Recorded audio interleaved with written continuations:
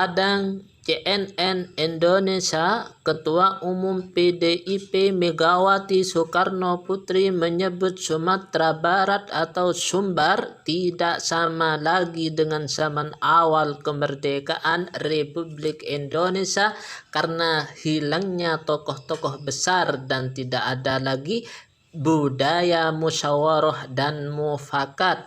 Hal itu disampaikannya dalam peringatan hari ke-49 PDIP yang disiarkan melalui channel YouTube PDI Perjuangan Senin 10 Januari. Sebagai informasi, bukan kali ini saja dia yang merupakan Presiden kelima RI dan juga putri dari Proklamator RI Soekarno tersebut menyinggung Sumbar. Sebelumnya ia juga menyinggungnya dalam webinar Bung Hatta Inspirasi Kemerdekaan Bangsa di channel YouTube Badan Kebudayaan Nasional Pusat BKNP PDIP 12 Agustus 2021. Putrinya yang juga ketua DPP PDIP Puan Maharani pun pernah menyinggung soal Provinsi Sumbar, yakni kala mengumumkan jago partai itu dalam Pilgub 2020. Terkait pernyataan Megawati terkini soal budaya musyawarah dan mufakat, pakar sosiologi politik Universitas Negeri Padang Eka Winda Putra menilai salah bila hanya menyinggung Sumbar saja. Menurut Eka, hilangnya budaya bermusyawarah dan bermufakat tidak hanya terjadi di Minangkabau, tetapi juga di seluruh daerah di Indonesia. Hal itu dibuktikan dari hilangnya kebebasan bersuara dan mengemukakan pendapat tentang apapun. Apakah politik bermusyawarah sudah bisa dijalankan di Indonesia hari ini? Tidak, kata Eka kepada CNN Indonesia Kamis 13 Januari.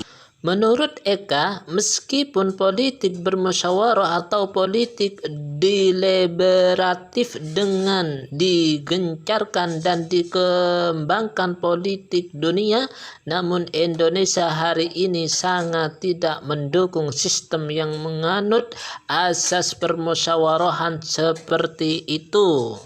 Dalam politik permusyawarahan, Eka mengatakan butuh beberapa keterampilan yang selaras dengan prinsip kesejahteraan dan kesetaraan di mana siapapun dapat memiliki kesempatan yang sama dalam bersuara dan mengemukakan pendapatnya.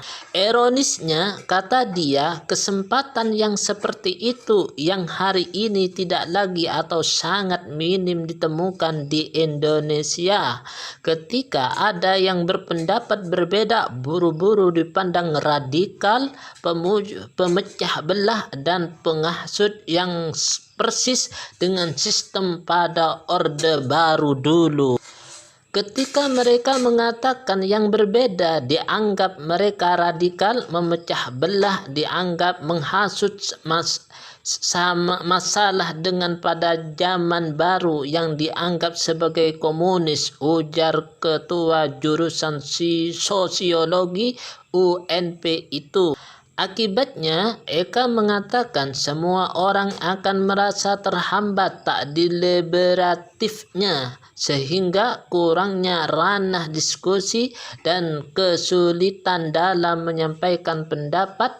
Kebebasan berpendapat semua orang itu seharusnya dijamin negara, namun saat ini semua orang merasa dikekang.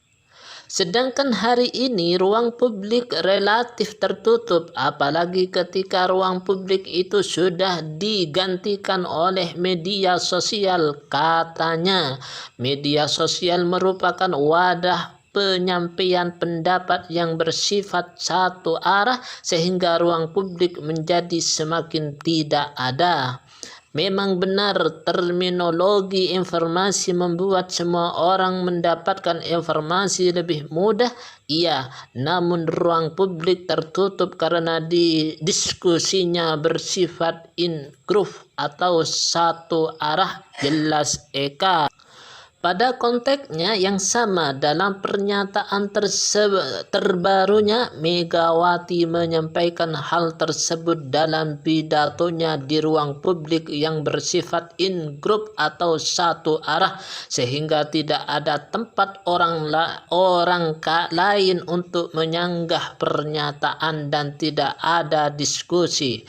Ketika Megawati mengeluarkan statementnya, ruang publik tidak tersedia di sana sehingga tidak terjadi diskusi, ditambah banyaknya hal-hal yang tidak boleh, yaitu akan menutup terjadinya sebuah musyawarah, katanya.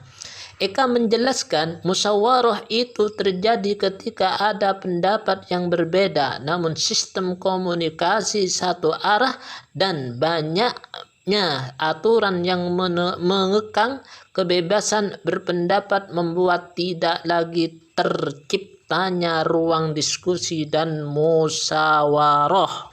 Begini ndak boleh, begitu ndak boleh, yang membuat ruang musyawarah menjadi tidak ada sehingga semua pendapat terlihat sama dan apalagi yang harus dimusyawarahkan.